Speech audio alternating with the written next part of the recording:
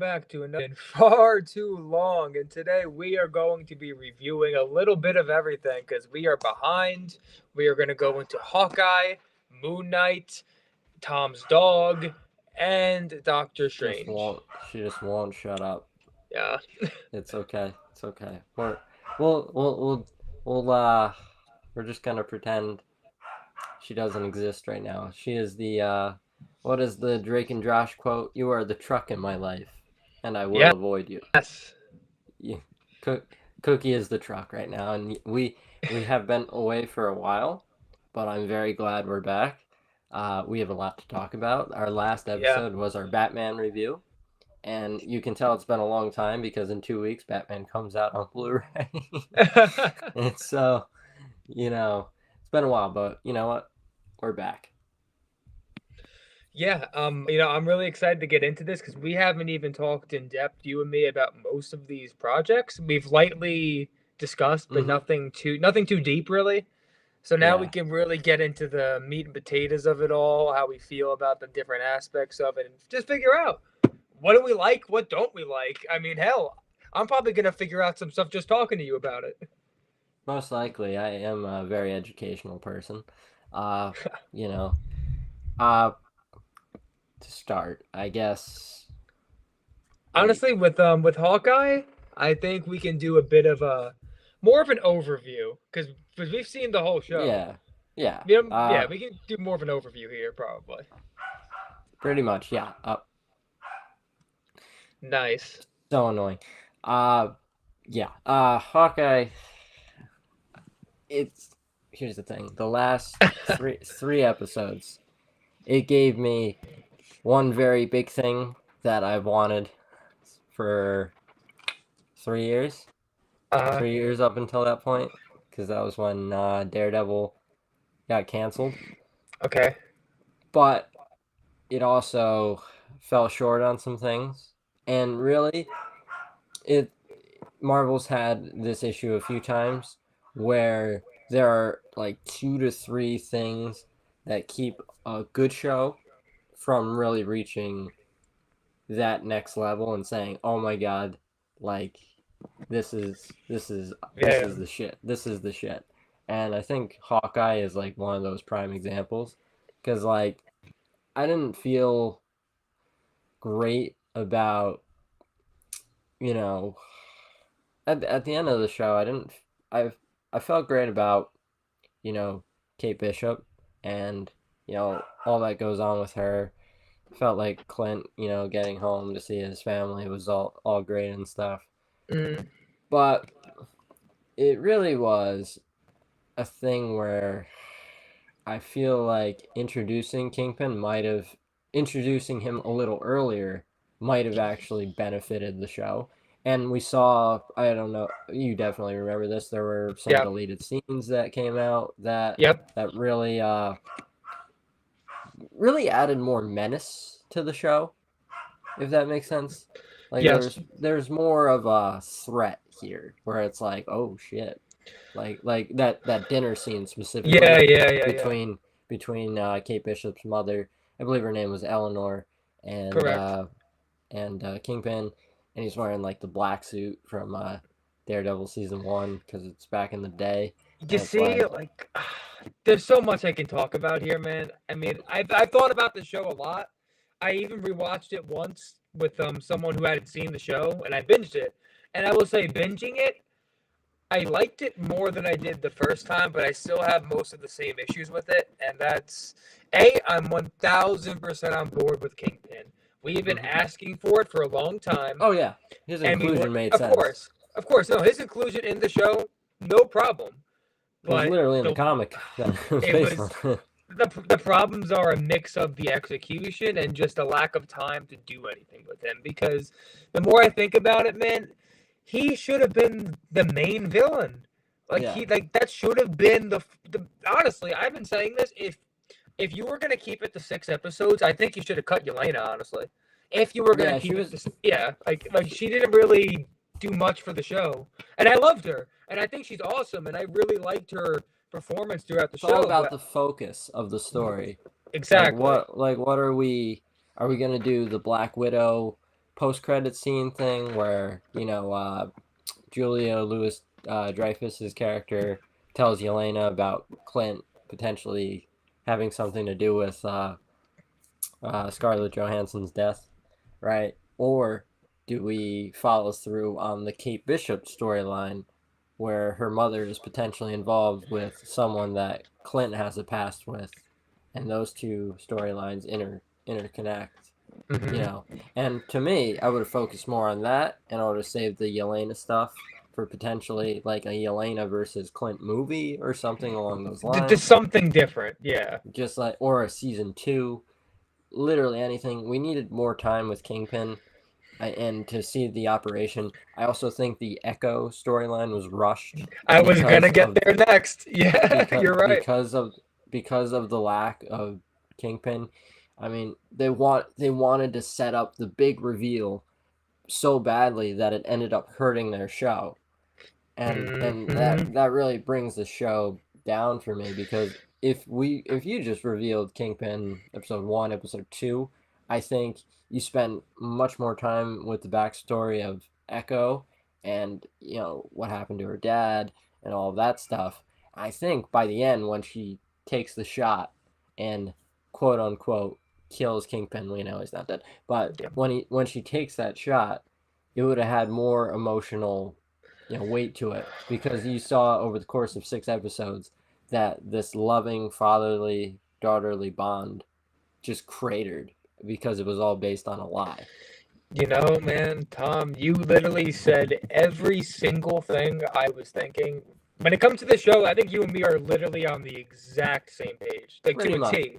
Pretty Because I much. agree with you on every single thing you just said. I mean, Echo, I loved Echo in this show, and the opening to episode 3 was fantastic. Like Yeah, definitely. it was a brilliant opening, and I thought that was one of the best openings to any of the episodes on Disney Plus. And just thinking about her character, man, there's so much they could have done with her, and they could have made her like I would have maybe even split it up where the first half of the season she's kind of the main focus until at the end of like episode 3 or something. Then they realize, oh, there's someone above her, and that's where you get Kingpin, and you start learning more about the dynamic between Echo and Kingpin, and you get into that more while you focus also, of course, on the Bishop and the Hawkeye relationship as well and how they're developing. And it all comes to a head in this final episode where you don't have the distraction of Yelena. And I think, Mm-hmm. like you said, you have a much more emotionally resonating ending where when she takes that shot, like you really feel it because I didn't really feel it.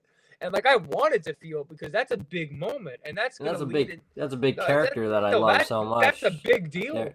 yeah, it's And like honestly, like even with episode 6, when he was there, his performance was great. Obviously, like mm, Vincent D'Onofrio is never the problem, but yeah, um, I don't like. Maybe this is just a fanboy in me. I don't know, but I have do believe this. I don't think he should have got his ass kicked as much as he did when he was this. I wanted to feel he was such an established presence. He was such a threat mm-hmm. that it feels weird to see him get his ass kicked as easily as he did. In addition to that, too, I just want to point out the fact that the fact that we don't know whether or not the show Daredevil is canon. Actually, no. Like, I'm sorry, but I really do want to put this in here. Like, this is very relevant. Actually, I think it poses a problem to the storytelling, honestly, of the finale because I don't know whether or not to like the narrative because I can't tell myself like, oh, is he continuing from the end of season 3 where this Yeah. progression feels natural? Like, I can't even tell if this is natural or not because I don't have any context on it. So like it kind of hurts what they're doing with the story to me.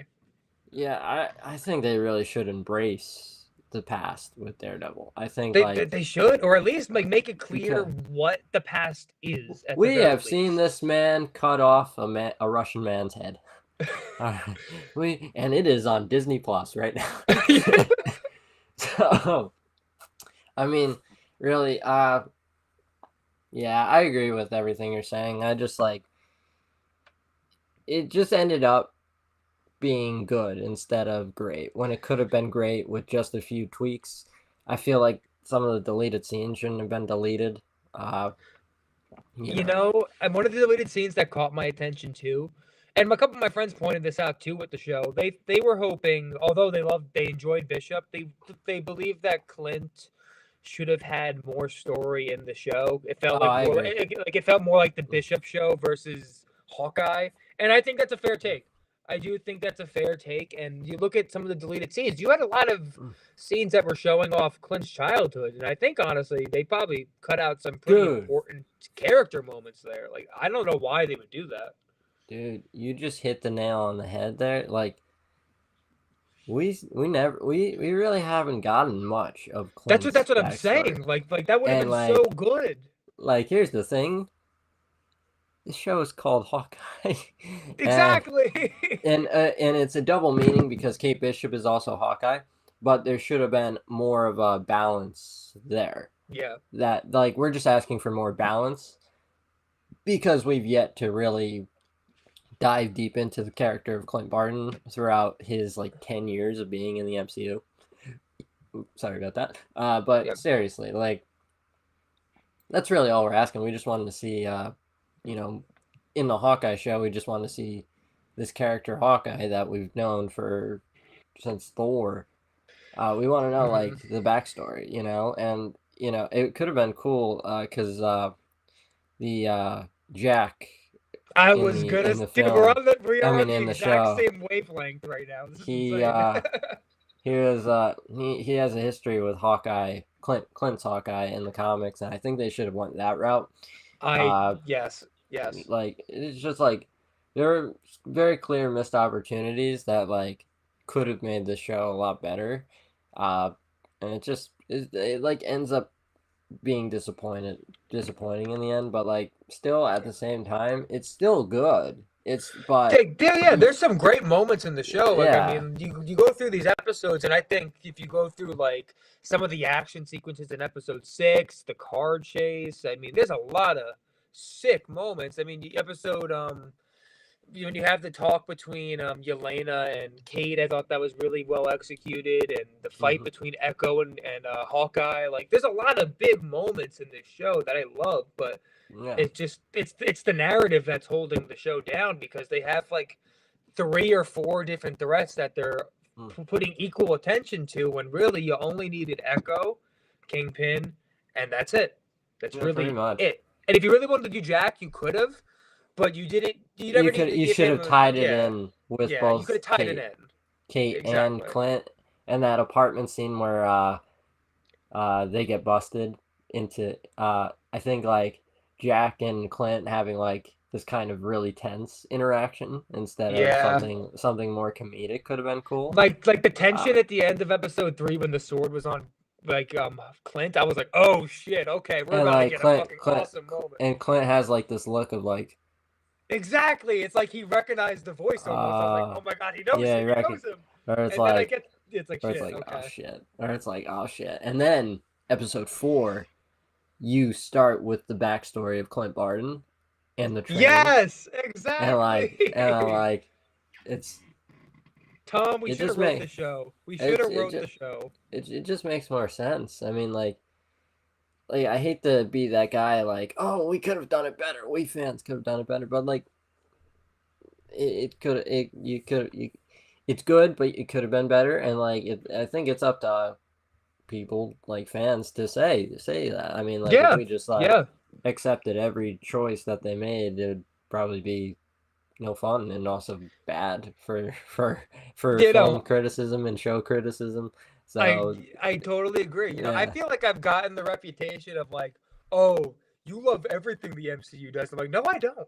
In fact, in Phase 4, there's like 3 different projects I have some pretty legitimate issues with. Yeah.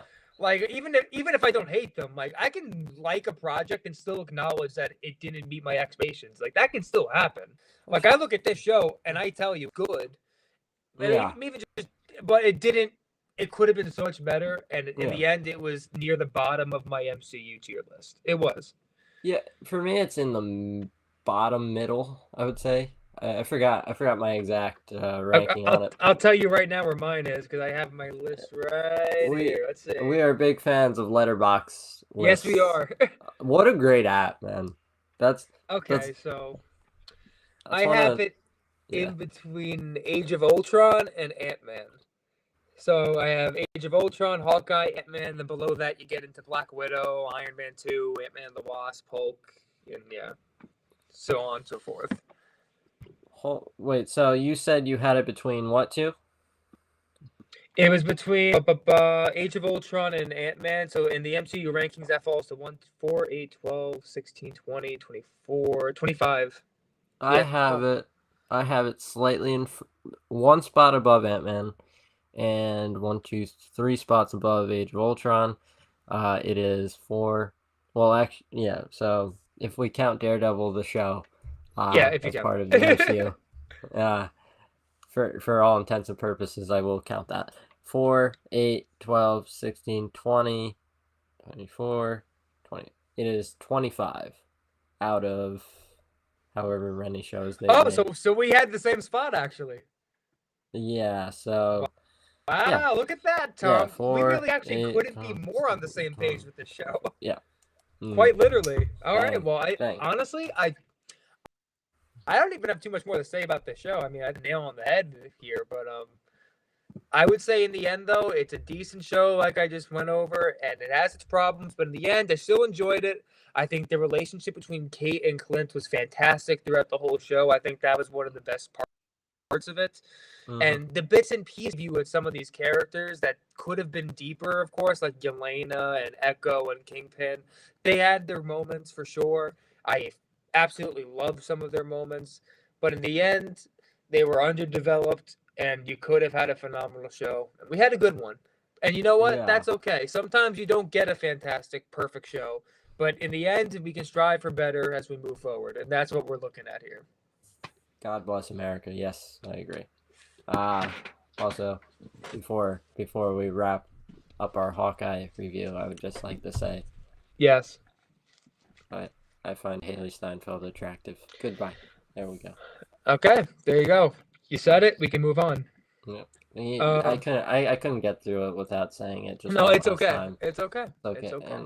And I held myself in very well throughout this. Yeah, you did. I'm very proud of myself. The Xanax really paid off here. All right, now moving on. No, We are moving on Moving to Moon Knight, and this is going to be an interesting review. I think this is going to be a very fascinating set of reviews here. I have a feeling this one won't be as peachy as Hawkeye. We'll see. Yeah, I like how we started with the show that we agreed all on, entirely on. and then like this is the show that like honestly we might be the most divisive for us out of all the projects. I've ghosted you over the show. I know you've ghosted me over the show. I fucking see you reading my messages. I'm like I'm not gonna even acknowledge what. But you know what? We're here now, and now you can't run away. Well, actually, I can't. No, I won't run away here. Well, this is it. I guess we won't go through. We don't need to go through episode by episode. Kind of just go through the show as a whole and what we each thought about it. All right, I can go first. I have a lot to say. Okay, you go for it. Actually, you know what? I changed my mind. I want you to go first. Okay. I see how it is. Yeah. All right. Oh, I coughed. Nice.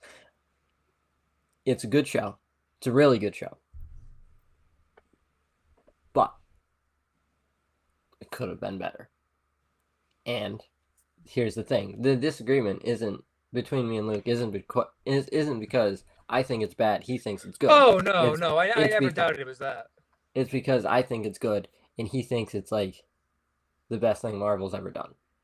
I think it's the best, one of the best in the MCU at least. I'm not saying it's better than Daredevil or anything. It is not better than Daredevil. That would have made me jump through the computer screen. I'll say this because I want to note this because this has been a topic of conversation in the Twitter. Daredevil versus Moon Knight, and I will just comment on it, saying as someone who absolutely adores both, I feel that I do think some of the Daredevil fans can be quite obnoxious. I will say, pretentious in saying nothing could ever measure up to it. I think it's a little pretentious. Not to say that it has, but like, if you even bring up Moon Knight in any context, you'll be like, it's not as good as Daredevil, right? And I'll be like, why are you even?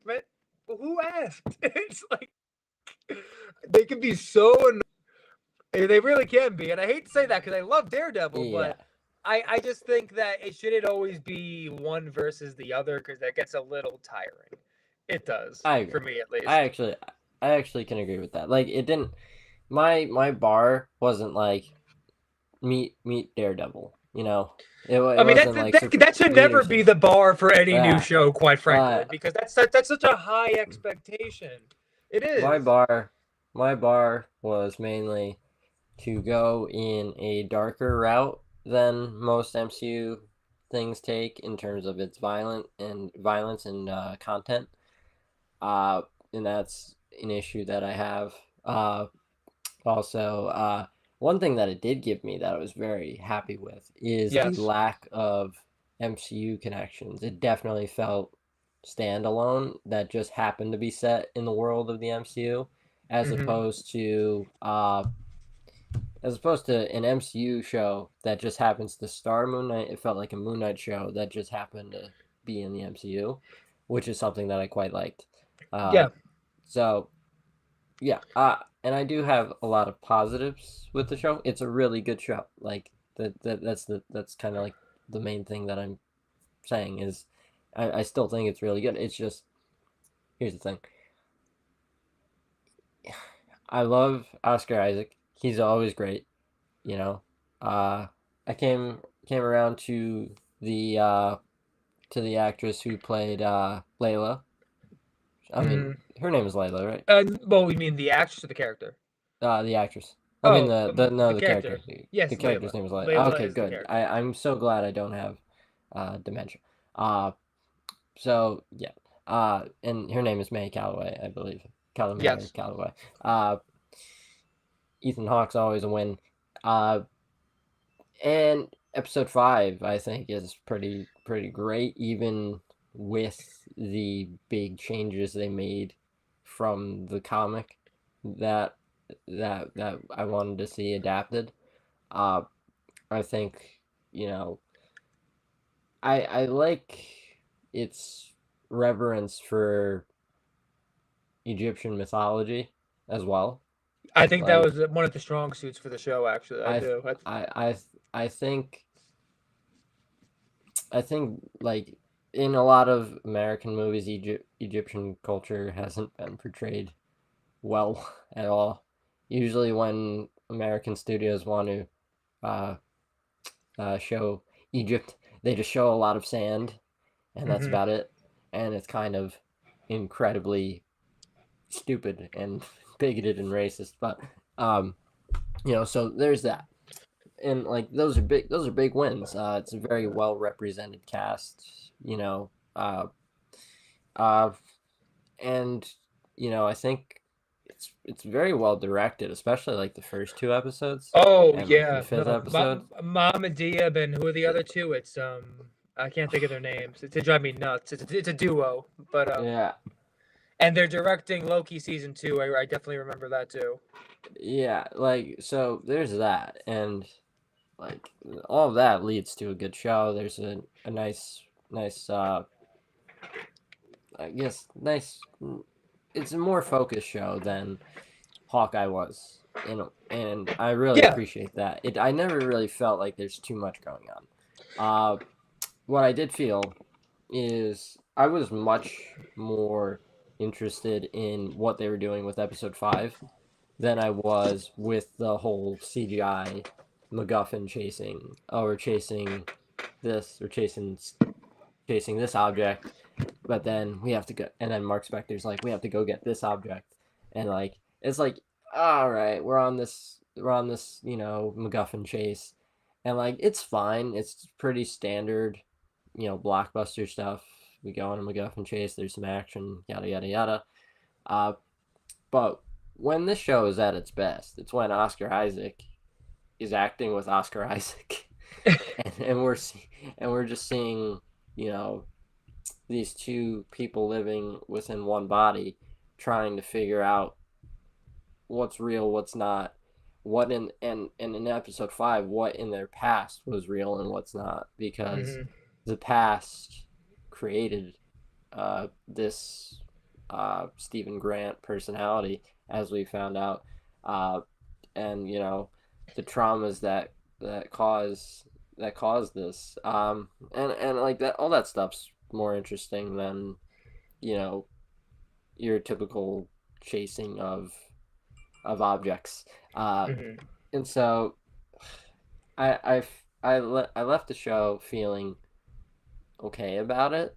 Uh, I just wish there was a little bit more focus on you know his faith, his relationship with faith, especially after the big reveals in episode 5.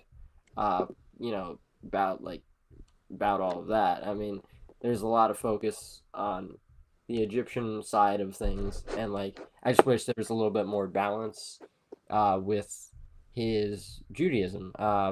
It's an important part of Moon Knight. It's always been. Uh, he is a Jewish superhero, and there were a lot of concerns when Oscar Isaac was cast because he's not Jewish, and because you know Marvel has yet to really do faith based superhero besides Daredevil. Uh, you know, would they kind of shy away from that? The same way that there were concerns that, like in the Daredevil show, like opposite of the Daredevil show, they shy away from the violence.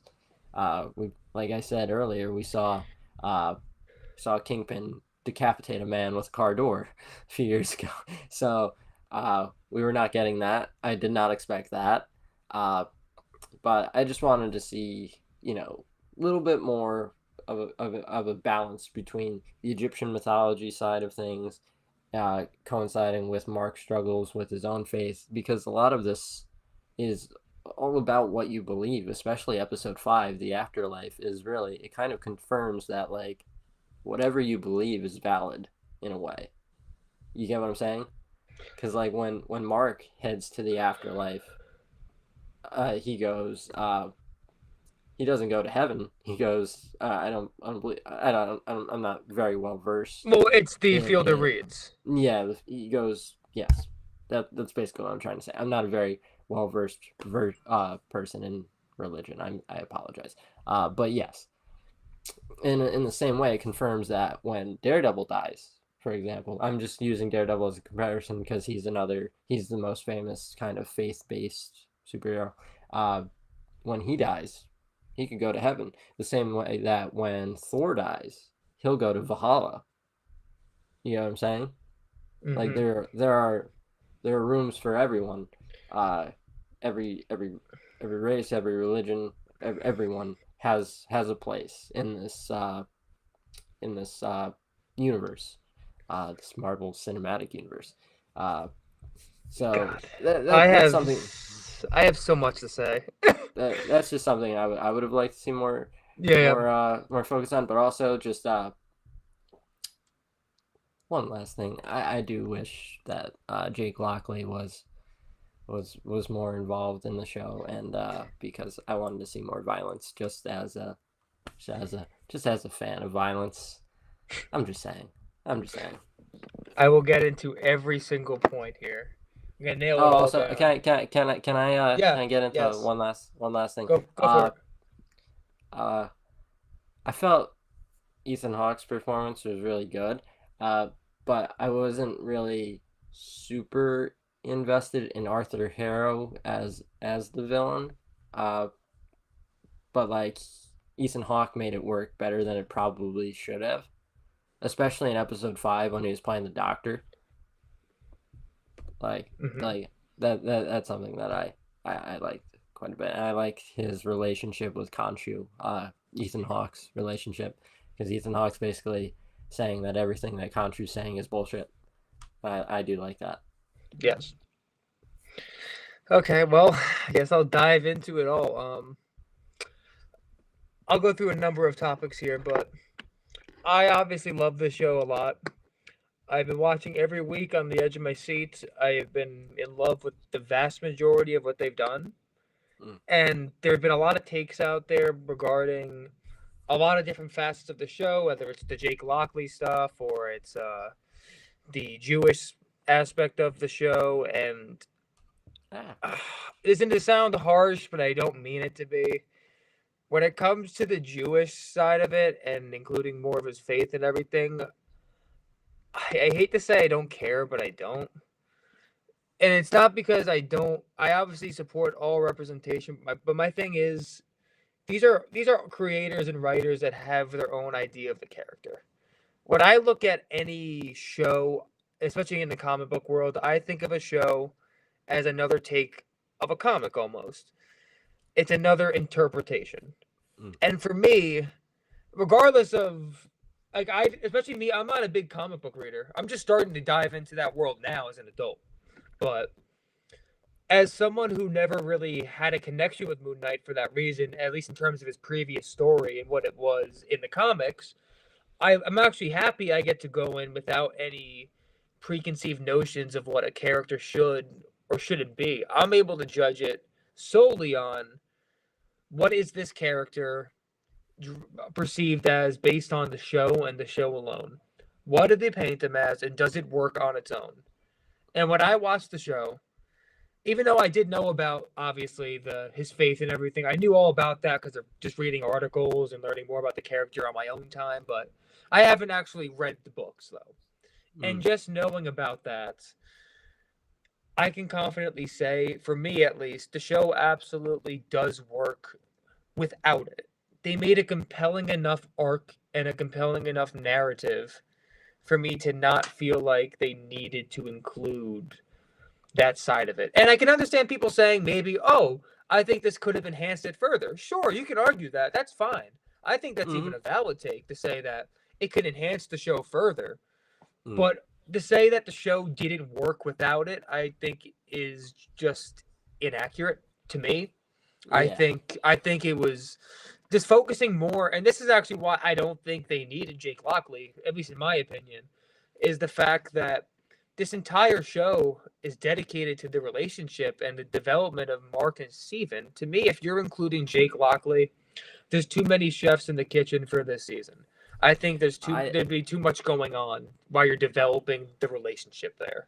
Here's the thing. I do agree that the well, first of all, to get to the first point, I agree that like comic book fans, it's the old struggle between adaptation versus Yes. the comic book.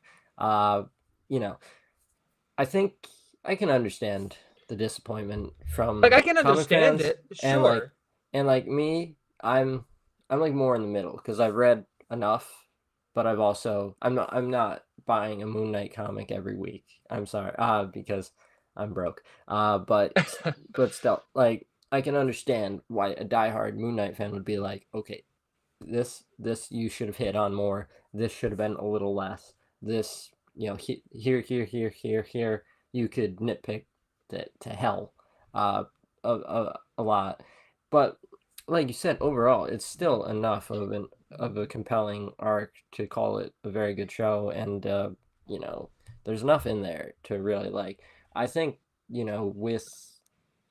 with uh, with the benefit of hindsight and you know, I think this show will age better just Yeah, because no, people I would agree with that.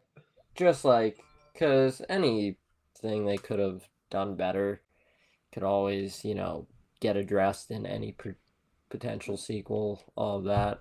Which we're gonna get. Like We're gonna I get a season two. and with Jake Lockley, I'm not asking for I wasn't asking for Jake Lockley to be much of a big part of the show at all. I think that kind of gets misconstrued. I was just saying the idea that Mark and Steven have to figure out like why you're blacking out, but I'm blacking out at the same time.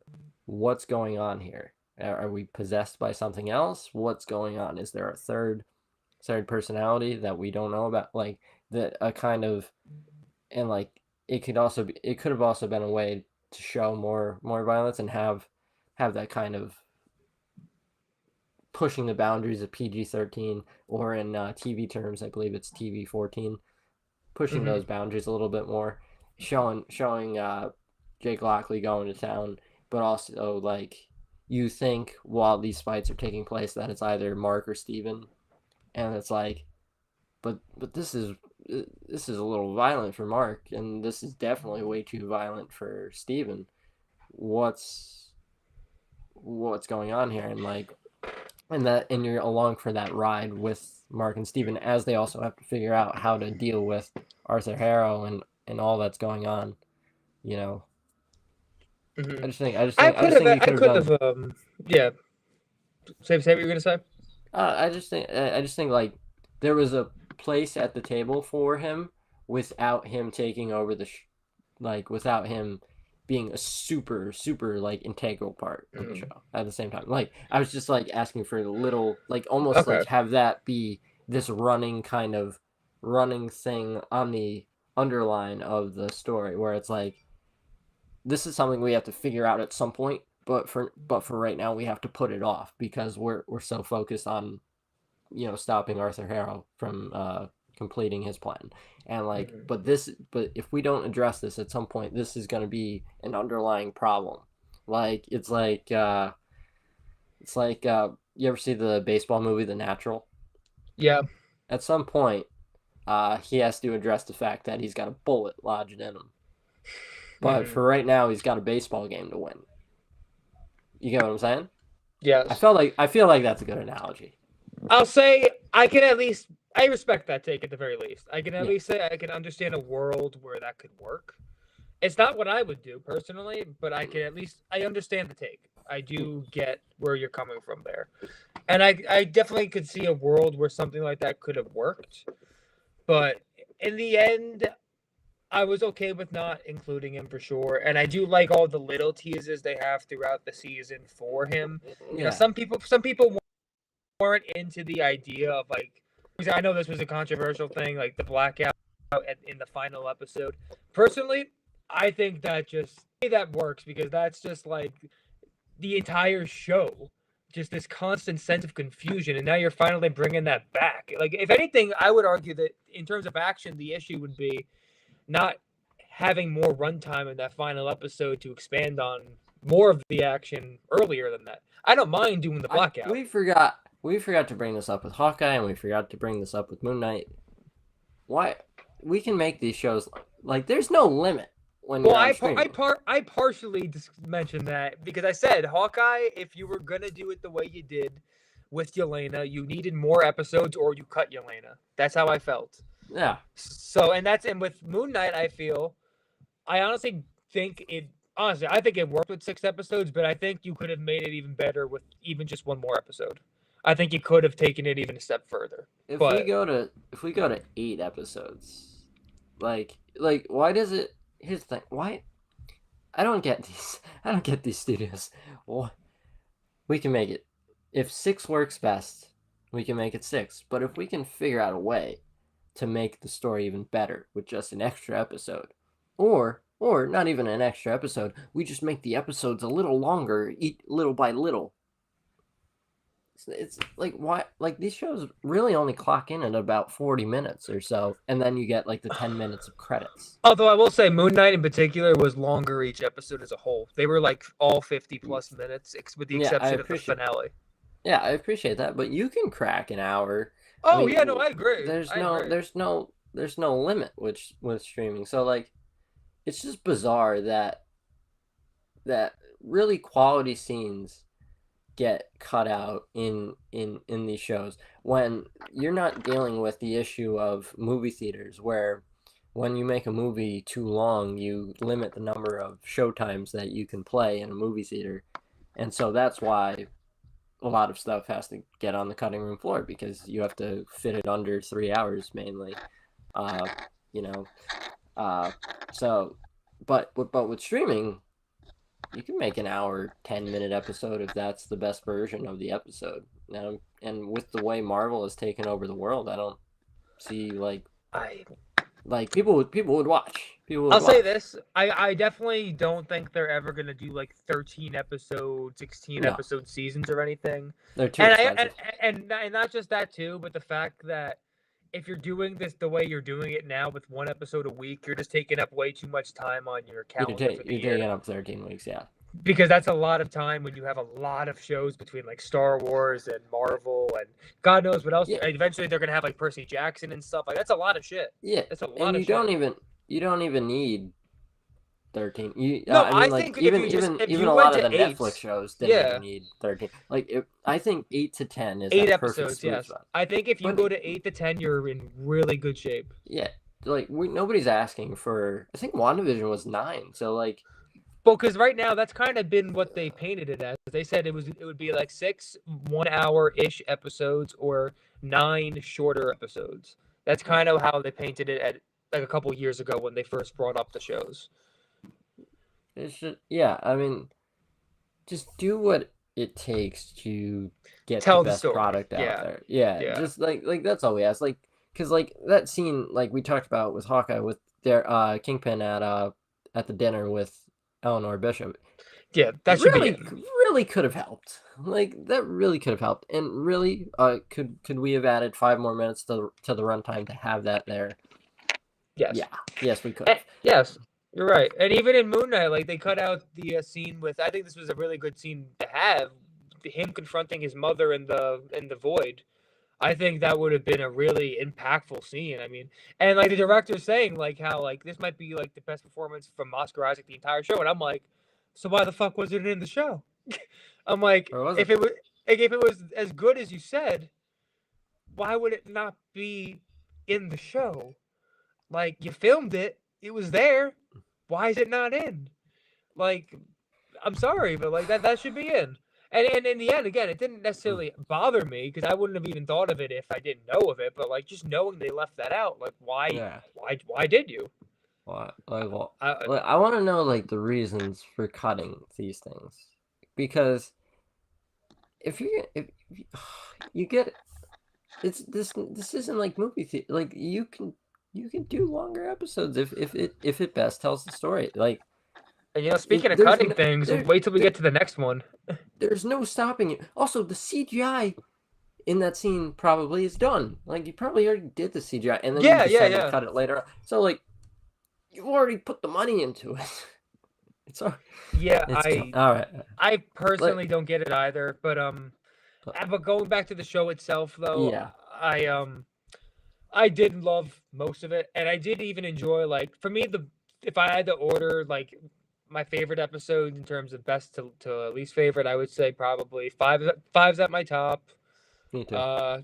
I think episode 1 is honestly my second favorite. I love the mystery behind episode 1 as a whole. Mm-hmm. Episode, I can go either 6 or 2 here. It's kind of a coin flip for me, so I'll say 6, vice versa 2, and then after that, I would say it's episodes 4 and then 3. That's how I would put it. I don't really have much of a ranking for the episodes, but like 5 is definitely the top one. That I can say. I mean, maybe this is a bold take, I don't know, but I would argue that Oscar Isaac has given the best performance in the history of the MCU, if we're not counting Daredevil. It's definitely up there. It's definitely up there. I'm not gonna disagree. I think Elizabeth Olsen has been doing some great work as well. She's been fantastic, of course. Yeah. I just think my man Oscar has been better. Yeah, he's been great as well. Here, I'm trying to think of like who else is in contention for performances. Yeah. Let me think. I mean, obviously Robert Downey Jr. gave a great performance in Iron Man 1, but that's a different kind of performance though. Mm-hmm. But honestly, I don't think anyone really comes close to Olsen, and I guess actually Tom Holland in No Way Home is pretty up there. Yeah, he was great. I would say that's up there. It's not. I wouldn't put it ahead of Oscar, but I'd say it's definitely in my top 3 to 5.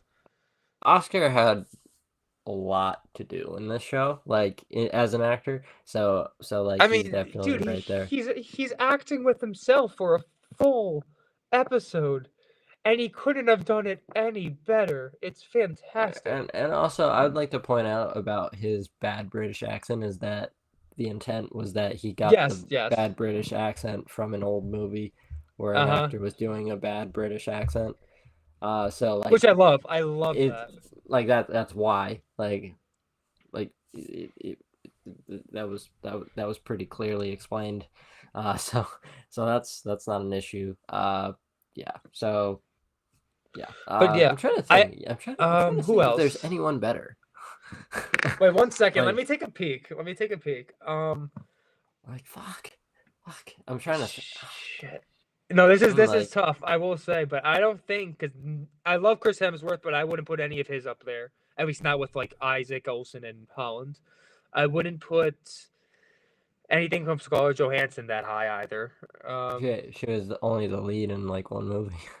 Yeah. so so Fuck. This is really difficult. I mean, Pratt's pretty great in Ooh, Proud is really good. I wouldn't put him ahead of those, yeah but he's very good though. He is yeah very good. I would because say the next closest is probably Benedict Cumberbatch, honestly. he's good. He's really good as well. I mean, he's pretty perfect for Doctor Strange. I actually Uh, loved his performance in Doctor Strange 1 Best. I think he was so good in that movie. yeah, he's just awesome. Ow, I really need to stop kneeing.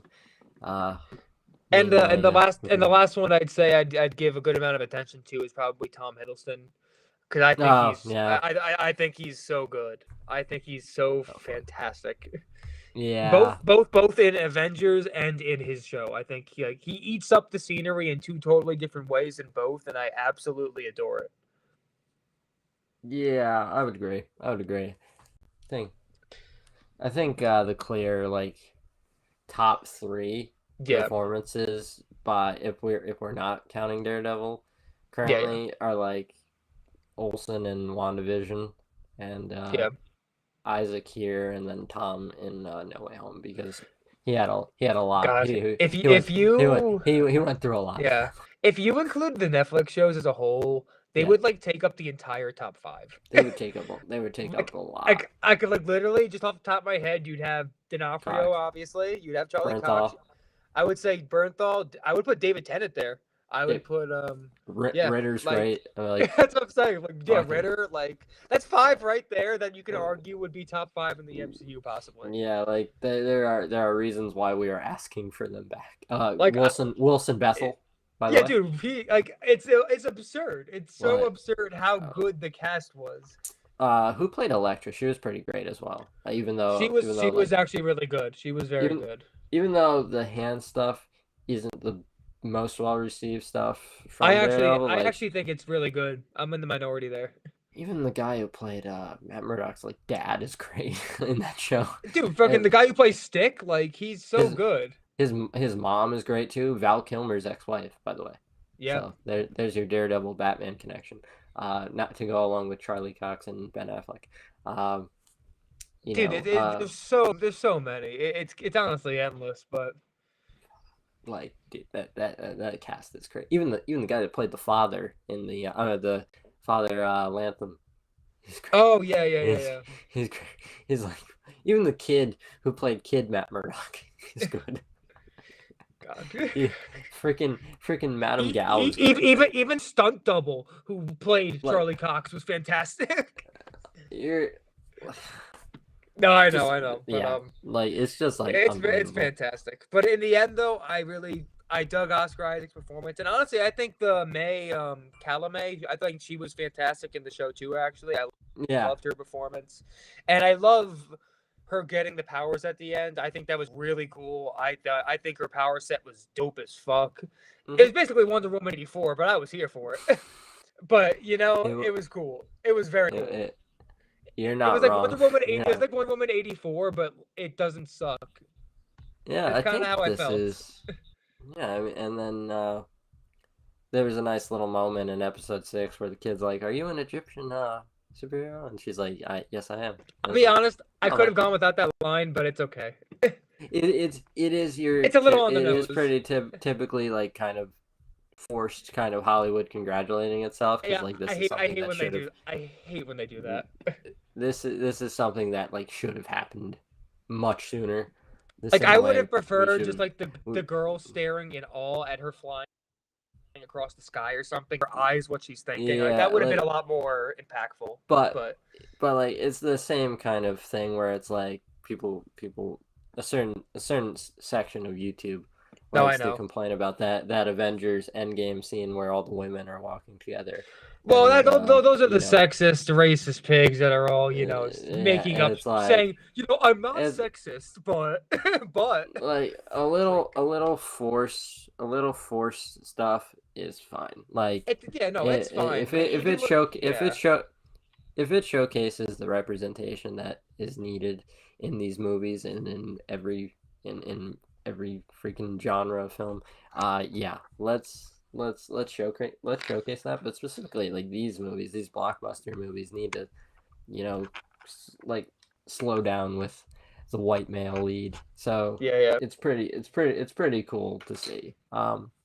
now we got a Black Panther movie. We got Moon Knight with our first Egyptian I mean, Marvel testament superhero. to Eternals too. That's such a diverse cast as a Yeah, I whole. mean, like, yeah, exactly, and like it's just important. We're getting a Miss Marvel show as well.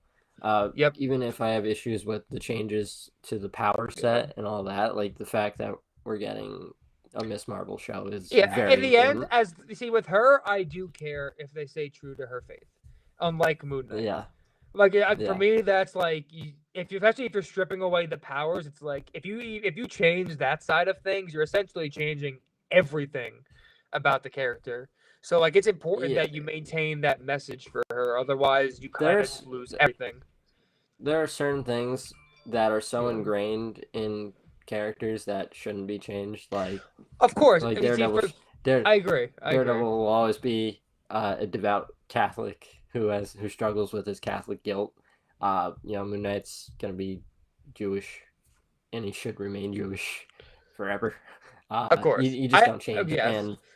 and the same thing with Kamal, right? You know, don't change, don't do it, Disney. Don't do it. I will say though, Don't do. It. I will at least acknowledge that the creators of that show are supporting what they're doing, and they said they actually like the changes. So I'm gonna wait and see. I'm not gonna judge till I see it. I don't I want to think judge here's yet. the thing. I think you're gonna have a similar issue with Moon Knight, where the hardcore comic fans will have an issue with these Oh major yeah, changes, but of also like I course. think the story itself will work. I love who's playing Miss Marvel. She seems like a really Yeah. great person. Like Amon Iman Vaughn. Vellani. Yeah. Yeah, she seems like she's gonna be like the next big star in the MCU. Uh, so uh, that's pretty dope to see. And her letterbox is pretty funny. I Yeah. don't know if you've ever seen Yes. it. She gave Captain Marvel like 2 stars, and she goes, "I'm only giving this 2 stars for Brie Larson." It's like, and now she has the star in the sequel to that movie. It's like It's funny. that cracked me up. Yeah, And but still, yeah, I'm excited though for that show. And as a whole, though, I guess honestly, I think we got into most of Moon Knight, but I'm yeah, happy that the show exists. It's great that the show exists and that they're diving into these characters as a whole. yeah. Having Oscar Isaac in the MCU is such a treat as a whole. It's really Yeah, fantastic that we get to that's see a more of him moving forward. It's amazing. It's truly that's a big one. amazing. We got That's a Ethan big Hawke one. as a villain in the MCU. We have a new female hero that could fight alongside the rest of the Marvel catalog now, and an Hmm. Egyptian hero at that. So like really, there's a lot of stuff to come from this show. It really touched my heart in a lot of ways, and I'm thankful for it. And I thank Mohammed Diab and everybody involved with the show. I can't wait to see what they really can't, and I'm hoping that we see Moon Knight sooner rather than later. And I would bet that we will Hmm. see him in Blade next year.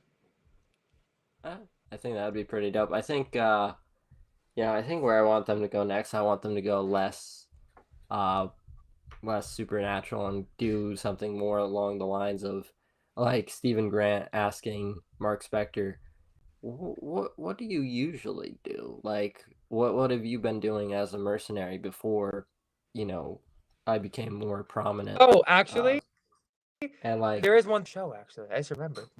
yeah, But and we heard about how Mark Spector was going yeah, around yeah, as Moon Knight for 5 years during like the events of the yeah, snap, yeah. and it's like I would love to see something like that where it's Oh yeah. like, and then we can get that kind of closer to Netflix action, even if it's not fully Netflix action, like something close to it. There's one thing I need to throw that I've totally forgot to mention, and this is in regards to Stephen Grant. I know some people were not pleased with the change to Mr. Knight and Stephen Grant's Yeah. connection with him, and I And honestly also the think fact that was that in the comic books, yes, he's a billionaire with yes. like a plane. But I And don't I he's don't just give a fuck about that. But yeah. I think that honestly, that change is one of the ones that worked the best for me the entire show. Initially, I didn't think I wasn't really sure, but by the end of it and seeing just how narrative played out, just to seeing how like it's so interesting because you start this show thinking that Mark is the protector of Steven. And by the time you get to the end of it, you realize, wait, no, It's pretty much the opposite. Steven was Mark's protector. And you see him start to Yeah. embrace that role. And it really makes him fighting and kicking ass as Mr. Knight at the end feel so fucking earned. Like I think that's such moment. I really think that in the end, the narrative for Stephen Grant and his connection to Mark and him evolving as Mr. Knight, and the way we're going to see that evolve even further in season 2, assuming we get season 2, I think it's so compelling. And honestly, I think anyone who doesn't like that is out of their mind and just wants to have it be exactly like the comics. Because to me, there's no way that doesn't work. Like that's so good. Yeah, that's so good. That really worked for me. That moment where Steven's running on the street, just punching people in the face and kicking ass. Like that's. I'm actually upset because I know for a fact that they actually cut that fight short.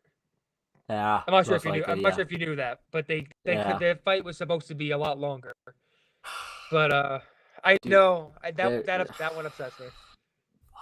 I mean, come on. I'll be honest. That episode 6 had the best action in the whole show. Like it was a lot of good hand-to-hand stuff, and seeing how Mr. Knight and Moon Knight were working as a tandem, that was so good and creative. I think it's so well executed action sequence, and just thinking how they can really do that a ton next season has me excited as fuck. Also, I would like to point out, another little complaint that I have is like, I would have liked. This goes hand in hand with wanting more action. I would have liked to have seen more Moon Knight in the suit.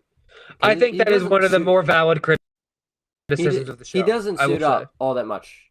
Well, no. Here's the thing. So at the end of episode 1, right, he suits up at that very end. We get that nice badass. All right, Moon Knight's revealed. Awesome, great, lovely. We could go the first episode without seeing that. Yeah. Then they go to forgot. He meets up with Layla, and they suit up in that kind of field where the actor who unfortunately passed away, I forgot. Oh yeah, I forget his name, but yes. Yeah, and like you see the suit quite a bit there. Then there's also another where they're fighting Arthur Harrow and the creatures, and he's running on top of the rooftop. He's like, come on, gotcha. That was one of the coolest fucking scenes in the. Yeah, and like but for quite a bit of time, you don't get much Moon Knight in the suit, which really lends itself to. It's kind of a compliment that you kept us on board, even though you didn't have too much. That's why I don't think it's a major issue. It's more of like you could have had more. You could have had a little more. It's more of like more of a slight criticism as opposed to like. I would even more of a preference for myself than a criticism. Yeah. Like I would have preferred. I don't think it necessarily had an effect on the narrative. In fact, the narrative, that's part of the narrative. The fact that he loses the suit, Yeah. Yeah, I mean, it is what it is. I mean, episode 2, I want the 2 things I want the 3 things I want in season 2.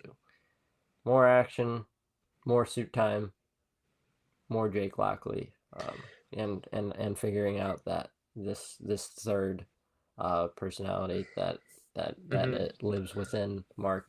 Those are the 3 things, and the 4th thing, obviously, just focus more on Mark's struggles with his faith, and like that's about it. If you can clean up those 4 things, you'll be like, this will be like one of the MCU's best things. I would say for me, going into season 2, what I will hope for myself before we get on to our final review would be, I am hoping for, yes, more action sequences as a whole. I would Mm-hmm. like to. I would want to see. I don't think this is gonna happen my way, but I'm pointing it out. Jake Lockley is not gonna be a villain. He's not. I It think shouldn't it's be. no. I don't think he's gonna be. I think people are misconstruing that post credit scene. That's clearly just the fact that Khonshu is manipulating him because he's the Mm. most violent of the three. And now I want to have the next season really play on the fact that these three have to learn to deal with each other and continue that mystery, but also dial back on it at the same time. Because I like the mystery aspect of season 1, but with season 2, I kind of just want to get up, and go a little bit. Like I kind of want this to be Yeah. like, I want the narrative to really be fast paced in terms of everything. Because still have some of the mystery, of course, Yeah. because that's you can dial it back more than you did last season. Because season 1, If you the first two episodes are all mystery, really. Yeah, if you do another season where they're doing another mystery of finding out more about another Yeah, like that'd be a person, it would feel little it'd be much. a little it'd be a little too similar to season 1. So Like it's like, you can have that be a small part of like even the beginning of the first episode or something. Like it could be in there because it kind of has to yeah, be probably, but don't make it a focus but of like the show. but like let's Yeah, go. yeah, Let's like go. get it Let's moving. get this, because like there are more interesting aspects to this mythology and this character that we want to get into. Uh Yes. and like Yeah. And yeah. Yeah. I would say that outside of that, third, which I think we're definitely gonna get because they kind of teased it already. Give me the black suit. I need the black suit. Jake Lockley. I Okay. think that would be fucking amazing. And That'd be cool. lastly, I would say have at the end of the show, have Khonshu be the main enemy.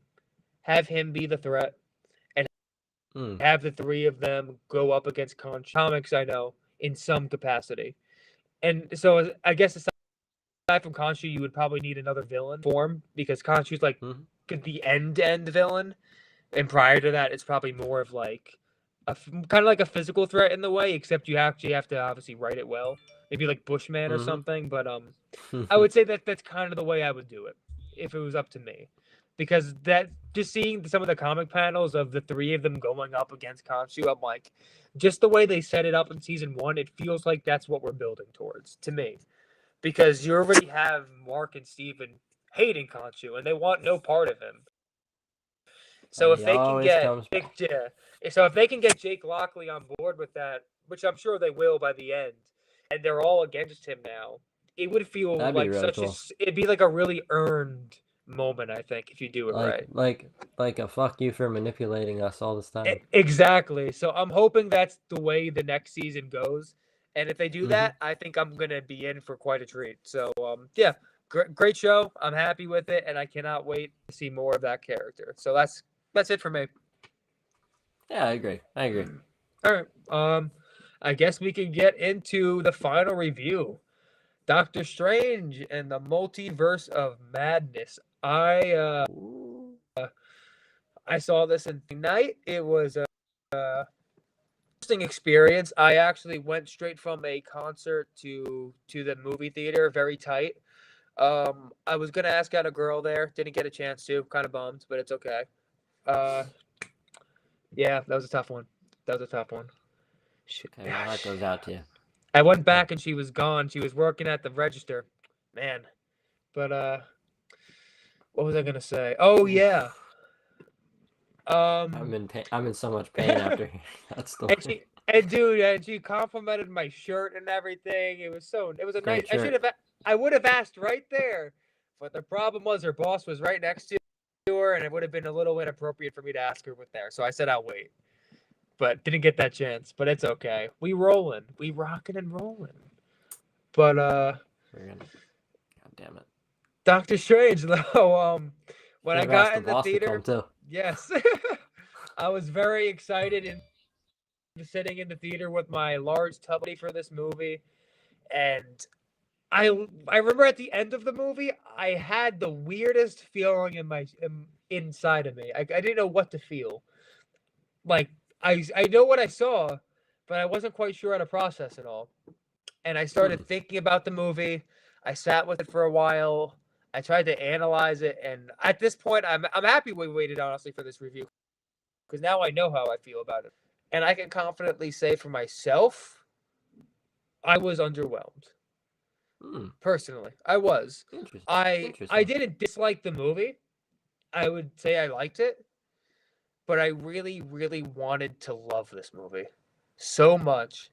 But I just couldn't. And I love parts of this movie, man. I really did. Like Raimi's direction is obviously great. The horror Yep. elements of this movie are fucking phenomenal. You have some really great action sequences. I love the music battle between the two strangers. I think that was really cool when you have Bach versus Beethoven. Like that's such a cool idea. The third act is like one of my favorites in an MCU movie. I'll say this: I love the absurdity of that third act. Like it's crazy. It's crazy. Just like Raimi saying, "Yep, this is my gig, buddy." I just love that so much. Like, there's so many scenes I can point at and say, like, "Oh, this alone is so cool." Like the Strange battle I just mentioned, or you go to this is honestly a very underrated one for me, but when Mordo is talking to America Chavez and Doctor Strange about dreamwalking, and you have like kind of them panning in and out between them in this very Sam Raimi edited, like that little music video kind of. You have that little guitar riff like rocking out over it. It's like, oh shit, this is so Sam Raimi. That's like, here's the thing, it's just such a creative way to do information dumps. Exactly, because it made it feel because that's what it was. It's like, yes, a guy affirmation dump. Because if they're just sitting, they're like, let's say they play it straightforward, they're just sitting sitting together. It's like okay, all right, we can get going, but you got this kind of trippy guitar riff that leads into them drinking some poison tea and passing out. That's better. I felt myself so in that moment. I really loved it.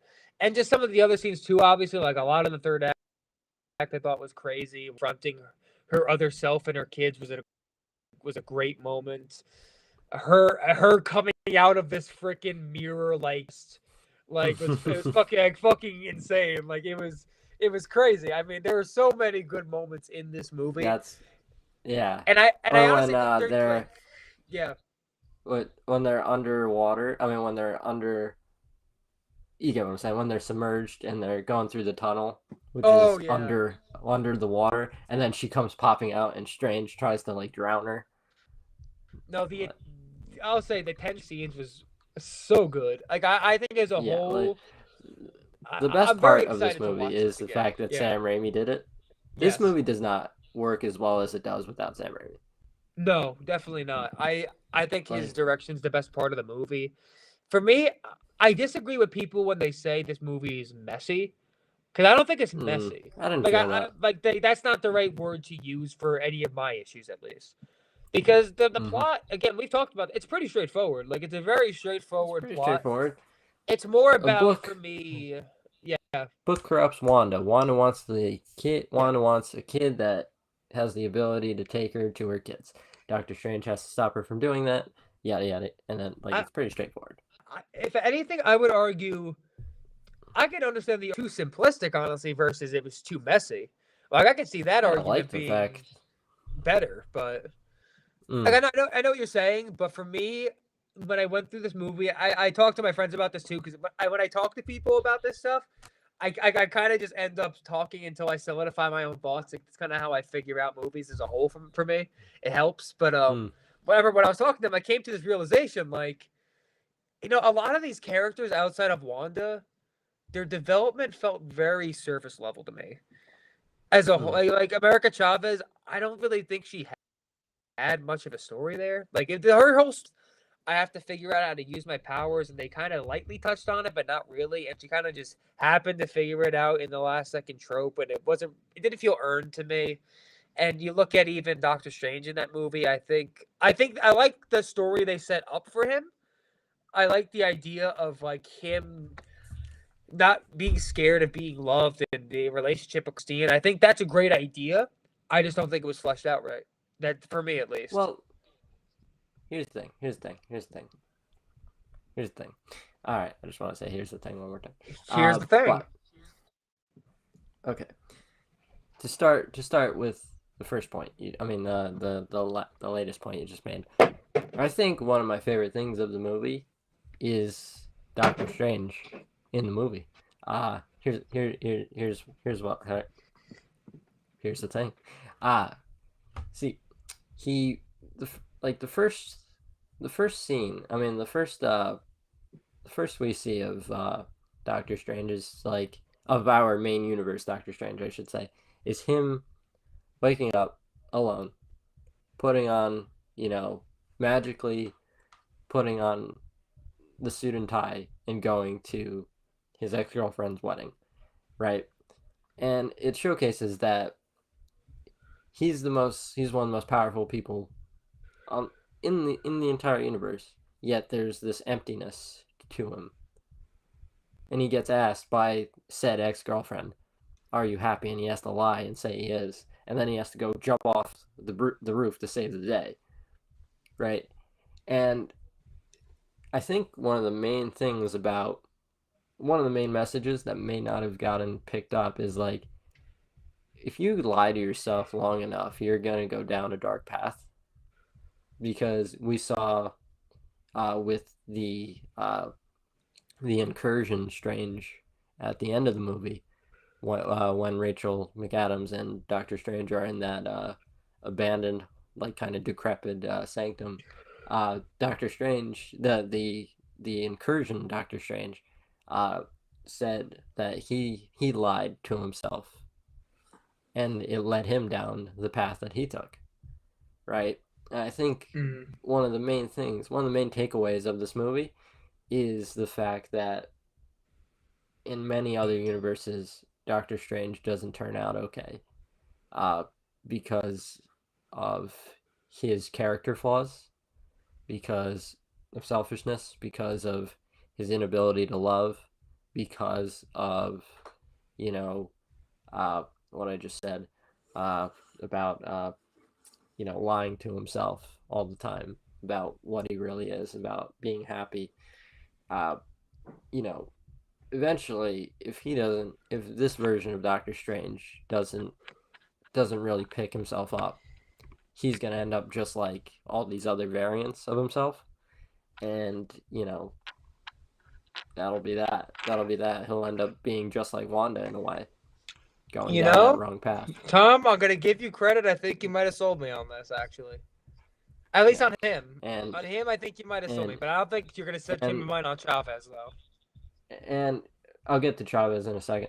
And that last scene with Rachel McAdams when he goes, "I love you in every universe," is, in theory, a way of that first step of him being different from all the other variants, where he's the one who finally has the balls to actually say what he's been feeling this whole time, instead of holding it in, instead of being that arrogant asshole that lost his Christine because he was unable to love.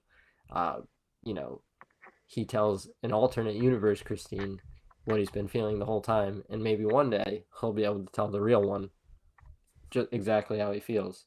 I just think like that's a really cool kind of arc that he goes on. I mean, obviously his universe's Christine is now married, but it just gives him some hope that like if he continues to go down this new path where he is more in tune with his feelings and more willing to admit things about himself, about his character flaws, like he could end up going the complete opposite direction of his other variants, where instead of being the guy that almost destroys that, well, he actually one of the variants actually ended up creating an incursion and destroying an entire universe, and another one ended up being getting hold of the dark hold and getting corrupted by it. Instead of that, he could go the complete opposite way, and he could end up being the Doctor Strange that gets a monument and actually deserve it. You get what I'm saying? Yeah. So I think I like that arc a lot. Like that's one of my favorite things. I think you sold me on that. I really do think you do. I think that's a really great point. I never even considered that side of it, honestly. I looked at Christine, but in a different angle. I like that. I like the way you put that. Like, that was very. Like, can you imagine, like, the last movie Benedict Cumberbatch does, he sacrifices his life to save the multiverse, and you get a statue of Doctor Strange. And instead of that statue being built on a lie, it's actually built completely on reality that he ended up being the best Doctor Strange of them all. Yeah. I think that's I think that's fucking awesome. Props to you on that. Props to you. That was very good. But I will still stand on the train of, as a whole, though, there's a lot of stuff that wasn't explored deep enough that could have been. Even like when he talks about, like, even with one thing I will say was Strange, I thought it was a little weird that he mentioned her just the one time and it's never really explored any deeper. That died at a very young age. I thought that was a little weird to me. Well, I think it's something that, like, I think going back to my previous point about his inability to talk about the things that make him uncomfortable.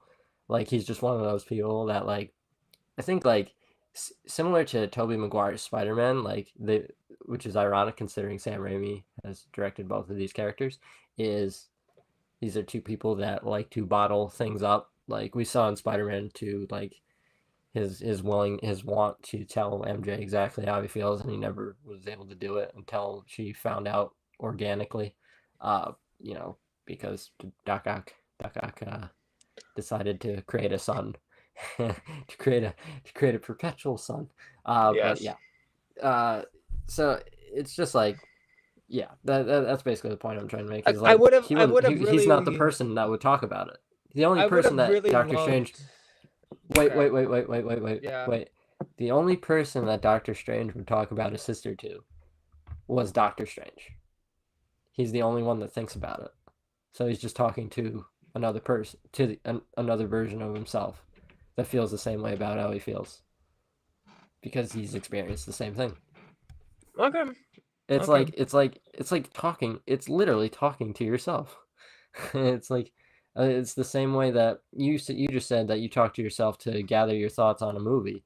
You talk to people, but you also keep talking to yourself. It's kind of the same thing here, even if it's an alternate universe version of himself. I wish I could rewatch this movie because I've been saying for a while I think I needed a rewatch on it, but I've seen it twice, so like it gave me a lot of time to solidify my thoughts on these things. Maybe I'll see it again sometime this week if I can find a day, because I would really like to see it one more time. But yeah, I'm trying to see it in IMAX 3D.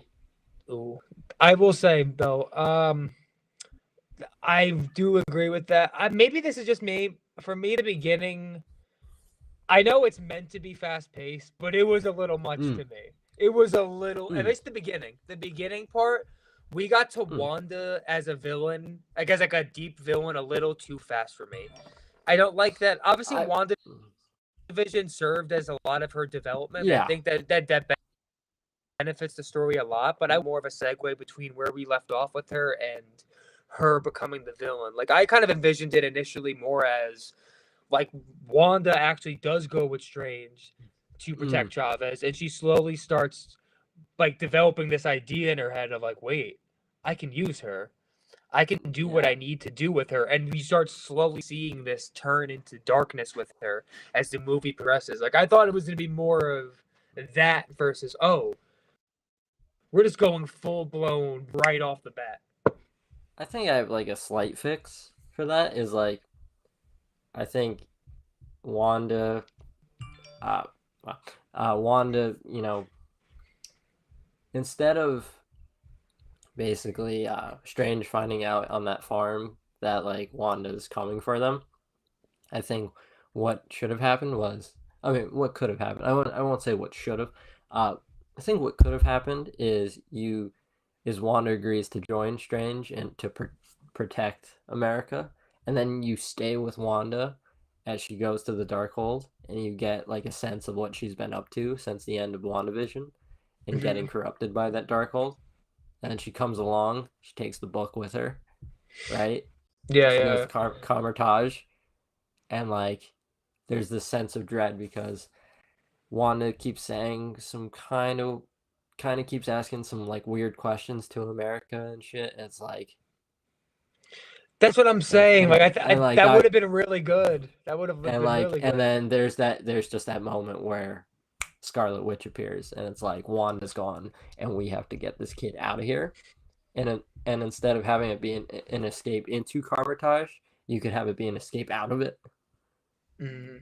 Like I think that could have been cool. Like that's just another way to do it. No, But I do I agree. I I think do that's better understand. personally.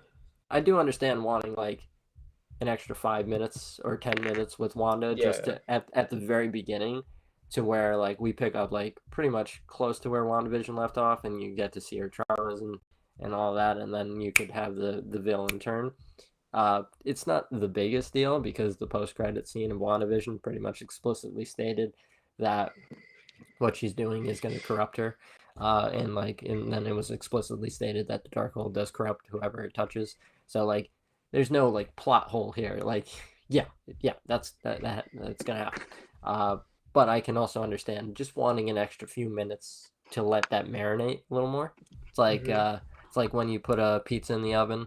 I mean, when you put a pizza in pizza in the oven, you cook it for. Well, I'll go with a nice Elio's pizza, one of those frozen pizzas. You put it in for about 13 minutes. But if you put it in for an extra minute, it's a little extra crispy, a little extra hot. You don't get those kind of you don't get the feeling that it's a little undercooked. You get the feeling that it's cooked just right. Just right. And believe me, I've eaten enough of those pizzas to know when to cook it just right. And they're very good. Before I get on to the positives, let me think of any other issues they might have had. I'm really hungry. I can tell. But yes. I remember I wasn't too. I'll be honest. I didn't love the Illuminati stuff in the movie. It felt a little forced. I think it felt a little forced as a whole. I think the one argument you can make for it would be really two arguments. One, the plot device aspect of it, of having Wanda destroy them to show how fucking devastating she is. Sure, it does that. Because you do feel how threatening she is by the time that battle ends. Sure. That Black Bolt kill is no, that's a tough one. That's a rough one. And the fact that almost like when you look at this Illuminati, it's almost like a mirror for Strange, kind of seeing just how arrogant these people are. Just like, oh, I was kind of like this. and also like the one guy who isn't arrogant is Professor X, which is just so dope. Yes, he's so good. I love that he repeated the line, just because someone loses their way doesn't mean they're lost forever. That's always good. That's always good. That's a great callback. I love that. I think that was great. I turned to my friend when I was watching the movie. I go, I love that guy. I love that guy. I love Professor X. But yeah, I could have done without them, or at the very least, I would say make the Illuminati members have more meaning with who they picked. At least for me. Here's the thing. I understand.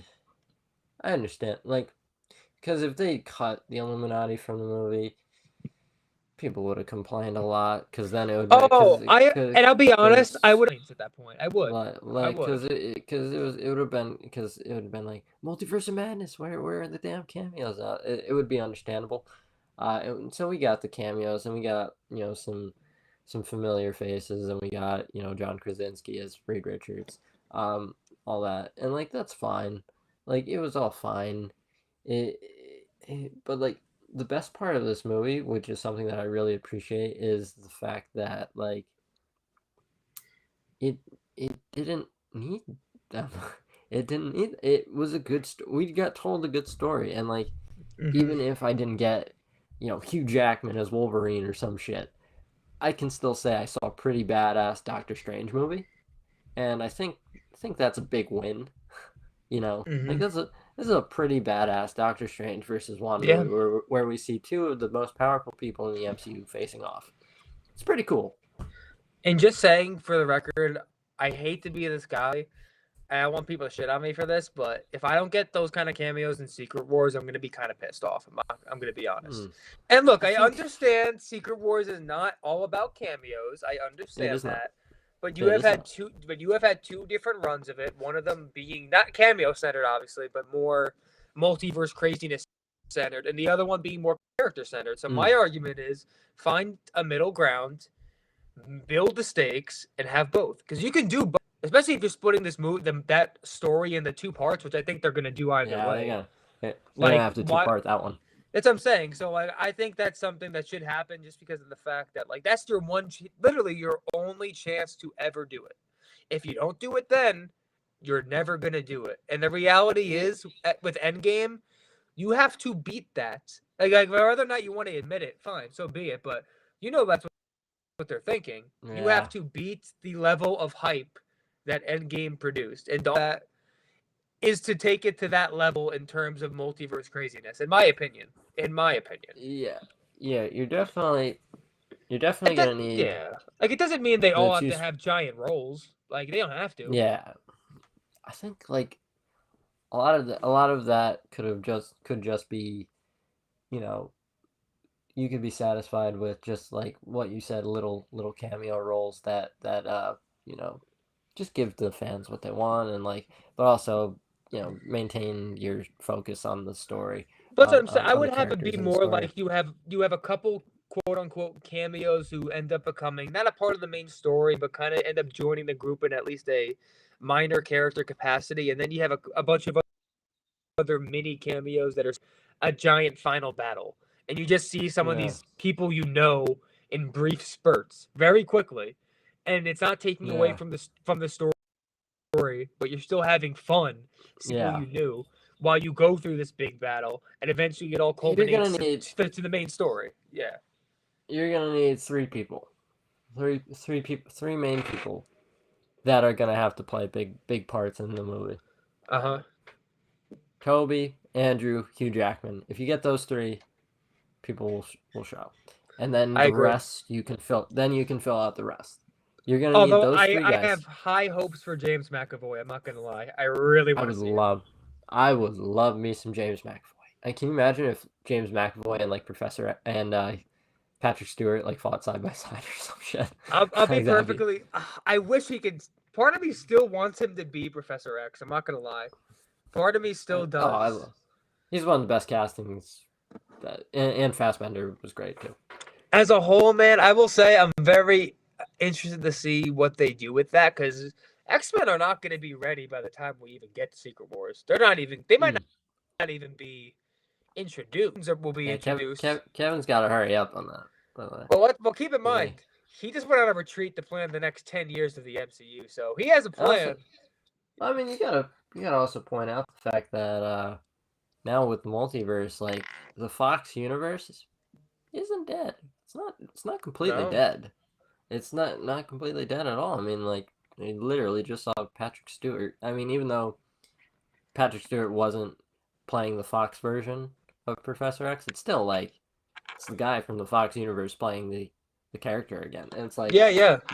like that universe is out there somewhere, and we can visit it at whichever time is best. The same way that we were able to visit that we were able to get Toby and Andrew's universes to interact with the MCU universe. So, You it's know, out there somewhere.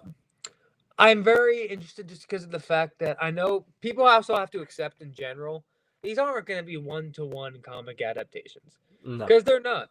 Like no. they haven't been doing that already ever since the They're beginning. more like 2-2. No. Like Kang is going to be the main villain of this phase. Like Yeah. that's the reality of it. It's not going to be Doctor Doom. Not to say Doctor Doom can't be a part of it or introduced, because I do think they have plans for Doctor Doom. Because why the fuck wouldn't they? They better. They better. Yeah, no, He's awesome. they will. I wouldn't even He's be awesome. shocked still if that's part of. I do and 100% believe they consider Doctor Doom for the end credits of Black Panther 2. I fully believe that. I would fully love believe nothing. that. I would love nothing more than that. I mean, they literally just put Reed Richards in the Doctor Strange movie. Let's get some Doctor Doom references in here. Man, I'm very excited to see. I can't wait till we do an episode talking about everything because, man, I am so excited to see what they do with like Fantastic Four as well. Because now that John Watts is off the project, they're gonna need a new director. We don't even know any of the cast yet, and it's just so interesting. It's like, do we know any of the cast? Do we? Because is crazy. Like we just don't know yet. It's like I have a gut find out feeling it's not gonna be him, honestly. I'm fine either way. I thought it was for a very long time, but I have a weird feeling it's not going to be him now. I don't know why, but Hmm. I got a feeling he's going to be part of just the Council of Reeds. He'll be back in that capacity, I love that. and that they'll have someone else play the role. I hope. I honestly Yo, kind of hope I'm wrong, but we'll see. I would love nothing more than to see the Council of Reeds having Johan Griffith from the 2000. Miles Teller. We can go without him. We can go without him. Or have him be the villain, or he's the one that ends up becoming the Maker.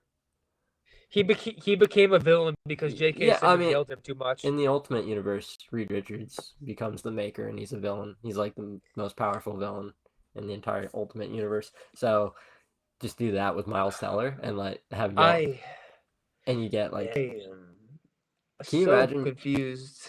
Can you imagine Johan Griffiths, Reed Richards, seeing a picture of Captain America in the MCU and seeing the face of his version's Johnny Storm?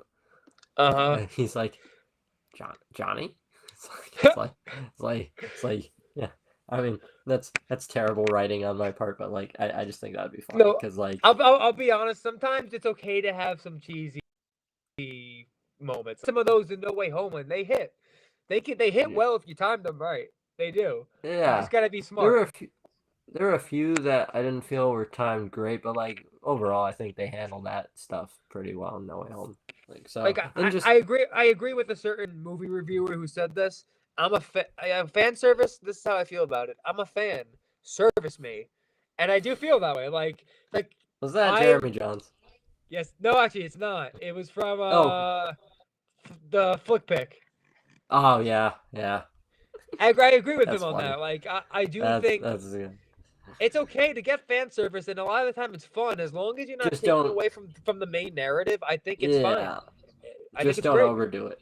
Yeah. Exactly. Don't pepper it. Don't pepper it with too much, but like every once in a while, hey, throw in that line or throw in a nice reference, and you'll be fine. But also like if Krasinski comes back, plays Reed in the MCU, fine, cool, awesome. I think he's a fine choice. But also, if they decide to like try someone else, and like he's just one of the many variants of Reed Richards throughout the multiverse, all right, cool. Like honestly, what I'm looking at most for this movie, hoping they go bold with the director pick. Like I really want a bold.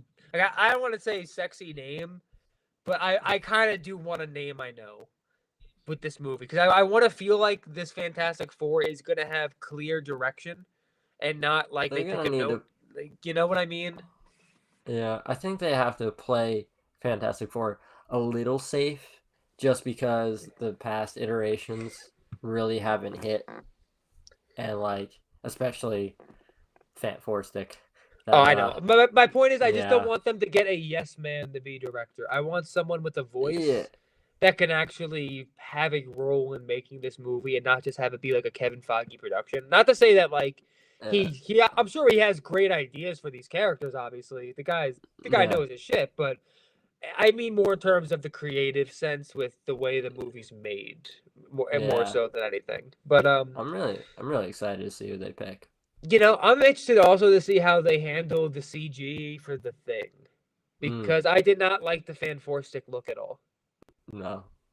I'll be honest. I preferred the original 2005 look versus that. I quite like that look, to be honest. I mean, because it's like it can't be, but it works for the Fantastic Four, in my opinion. Yeah, they can't be. Yeah. There can't be characters. Yeah, fuck it. So. Yeah, I'm excited. I love how this became a Fantastic Four discussion. Sorry, guys, but sometimes you gotta let the nerd stuff out. You gotta let it out. Yeah, I mean, it makes sense because like that's like one of my most anticipated MCU projects because like I really want to see a good Fantastic Four movie. Like I really want to see because like they're the first family of Marvel, man. Like they are very integral characters, and they just haven't been done right. Marvel has finally gotten the rights back to them. Please. Please don't fuck this up. A This is good like Fantastic Four movie would actually warm my heart so much, dude. this It is would. like Oh this is like the God. one movie that like we really need to get this right, or else we are fucked. Yeah, please. If you mess this up, it's all over. It's all Yeah, over for it's like Fantastic Four. it's It's over. it's like 0 for 4 on attempts of making Fantastic Four movies. Not great. My opinion Oh, is at worst, the movie will be good. Just because I think the worst case scenario for this movie is that they get a no-name director and Kevin Feige takes full control because he's scared of someone fucking it up. I think that's the worst case scenario. And that worst case scenario, obviously it's not great, but at least it wouldn't be like Fan Four Stick as or long as it's not a train wreck, we that's what I'm can live saying. with it. So it's pretty hard to lose, I think. It's Yeah, pretty hard to lose. I think like if it is Krasinski, he could do it. Like he did a family oriented Yes, he did. franchise. You know, like the Quiet Place is all about, you know, what one man would do for his family. And I think it would be interesting to see because Reed can sometimes miss that side of things, and like it's almost kind of the opposite in a way, where it's like his character in A Quiet Place is very much about protecting his family and just ensuring their survival, but like Reed Richards can sometimes be so focused on his work that the family suffers because of it. And I think you could do something really cool with that. I think it could show a different side of Krasinski as an actor and as a director. And you know, I just don't want. I want to see Reed Richards with a lot of nuance to him. You know, like a lot. I want him to be one of the deepest characters in the MCU, where it's like, Absolutely, yeah. because like this man has the burden of being the smartest man in the entire universe, and like, but he's also not perfect as a human because of it No. in a way. Like he's still figuring out the balance between the work and home balance, and you know how his family makes him stronger in a sense. I just think, you know, as an actor, you're like if I were to pick Reed Richards, it would be Joseph Gordon-Levitt. I absolutely adore that pick. Like that would be my guy because like if you've ever seen like 500 Days of Summer or like Yeah. Mr. Corman, which was the short-lived Apple TV series that he did, he can play these characters that you like rooting for, like that you because you like him. He's got this likability to him, but like there's also this side to him where it's like you're kind of not a great person sometimes, and we Mhm. just want you to be better. And like I think that kind of quality, that Reedish quality, and he does have that kind of look to him that he could be, you know, the smartest guy in the universe. Like he's just got like a lot of the intangibles that you want from a Reed. But like I said, if it's Krasinski, it's Krasinski. But like he'd be my pick, Joseph Gordon-Levitt. I'm hoping that they end up casting Dacre Montgomery for Johnny Storm. So I Yeah, really think he'd be very good. I that's love him in just Stranger. that, I love him in Stranger Things. I love him. you know that he is a good actor. I think the thing is that when these fan casts get so popular, like they No, just I made a fan know, cast. but I actually You, do love that one a lot. yeah, it's good. It's good fan cast. I just like I think like going unknown can be really Oh, if they, beneficial. if they have someone in mind, sure. I Like mean, find yeah, can you imagine finding like the next Tom Holland to play Johnny Storm? Like of that'd be course. pretty No, cool. if they got that guy, go for it. Because I know for a fact Yeah. Kevin Feige doesn't give a fuck. He goes with the best pick. Yeah, man. They These they go characters, they always have. yeah. Yeah, I mean these characters just are like I Marvel's mean, so yeah. popular that we could play these characters and like that people would show up. So I mean, yeah, look at their pick that's for my Miss Marvel. They packed it. They picked someone who's never been in anything. yeah. Literally, They're just like you're Amani too good. Vellani has not been in anything outside of like very tiny. Like, I think her own films actually, like films she made herself. I think that was it. Yeah, So yeah. like So she's literally so been in yeah, nothing. but yeah, basically like I think like casting an unknown for Johnny would help. I think like if it is Krasinski and like Emily Blunt would do it, like it would do Sue fine, awesome, great, lovely. Uh, but if it's someone else, awesome. Don't care. The Thing could be an unknown actor, could be a known actor. I would just prefer Johnny to be unknown. But yeah, Yeah. and Victor Von Doom, that casting is gonna be, that's gotta, I feel you gotta nail that I one. think that's got to be a big name, honestly. I have a feeling. I have a feeling for him. Hmm. I could be I wrong, think but I think that's such a big name that they're gonna need somebody. Not it doesn't need to be like a sexy name. Like Lupin Majors is a great actor, huge, and he's huge in certain circles, but he's not necessarily a blockbuster name. You mm, know what I mean? I think they might he's go for about to be someone though. along. Oh yeah, I think they might go someone along that route. Not necessarily a superstar, but someone who's been impressing a ton in acting circles and is just gonna fucking kill the role. Yeah, I agree. I think like pretty clear. Like you're gonna have to nail that. Like because he is one of the most iconic villains in anything. Like he's Doctor Doom, man. Like he's somewhere on the poster up there. He's somewhere up there. All It's right, pretty so crazy to think we're about to have a Marvel universe where we have Doctor Doom potentially, along with Kang the Magneto's Conqueror, coming. uh, along with like Magneto, and even on the ground already, you have like Kingpin. Like Yeah. it's fucking. We're going in such a fun direction, and now that again we've talked about this so many times, but the supernatural side of Marvel is exciting the fuck out of me, dude. I mean, Jesus Mm. Christ, we're getting Werewolf by Night in October of this year with Man Yeah. Thing, with freaking Man Thing and Blade in the freaking production. Do you know how absurd that is? Like, that is the coolest shit ever. It is very exciting. It's a very exciting time, and they really do need to get this right. Get it right, please. Get it right. That's all I. No, that was so bright. I mean, just looking at their Mm. slate, dude. Like, I will say, we didn't even talk about this on the pod yet, but the Thor Love and Thunder trailer, dude, was Mm-hmm. so good. I think it Yeah, I'm was really so excited for good. that. Like that trailer sold me on the movie so hard because visually it looks absolutely stunning. And Yeah. just looking at what's it called, the narrative, it's like it's goofy, but at the same time it works. Like it feels like an 80s movie, which is the point. And you mix Mm. that with the whole serious plot of Jane and her cancer struggle and how we're going to get into that eventually. Like I think you're going to have a compelling movie here, along with even some horror aspects, probably with Christian Bale as Core the God Butcher, who supposedly looks terrifying with the finished VFX. So I'm very interested to see how that looks. But I think this is going to end up being my favorite movie of 2022, Thor: Love and Thunder. But we'll see. We will see. Yeah. It's gonna be very good. I'm very excited to see Christian Bale. I like yeah. I agree. I concur. I concur. Yeah. Is there And anything then, else? no, not really, unless you just want to bullshit about the rest of the Marvel slate. Hmm.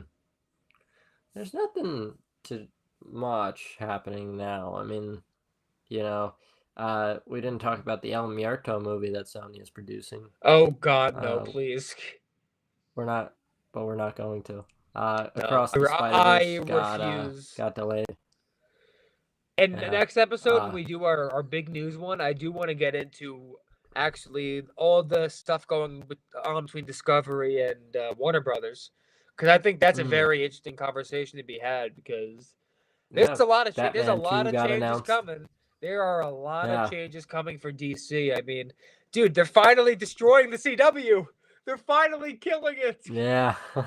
They're just like, Oh, pew, pew, pew. they're That one's finally gone. That one's gone. That one's. take dude out old Yeller, putting him out of his misery. Yeah, it's like, yeah, it's time to move on right now. It's The only one I time hope they to. keep is literally Superman and Lois, and just make it an HBO production at this point and give it a higher budget. That'd be so dope if they just said, "You guys are doing really well. We're gonna put you on HBO and HBO Max. We're gonna up the budget." Boom. They deserve it because it's a really great show, and I stand by it. Whenever they do another Superman movie, I hope it's more like Superman and Lois than Man of Steel. Because I think the most appealing parts of Superman are when you're getting into Clark as a human being, what he stands for, and looking at the family dynamic of him and Lois and his kids. I think that's what makes Superman so interesting, how relatable he can be.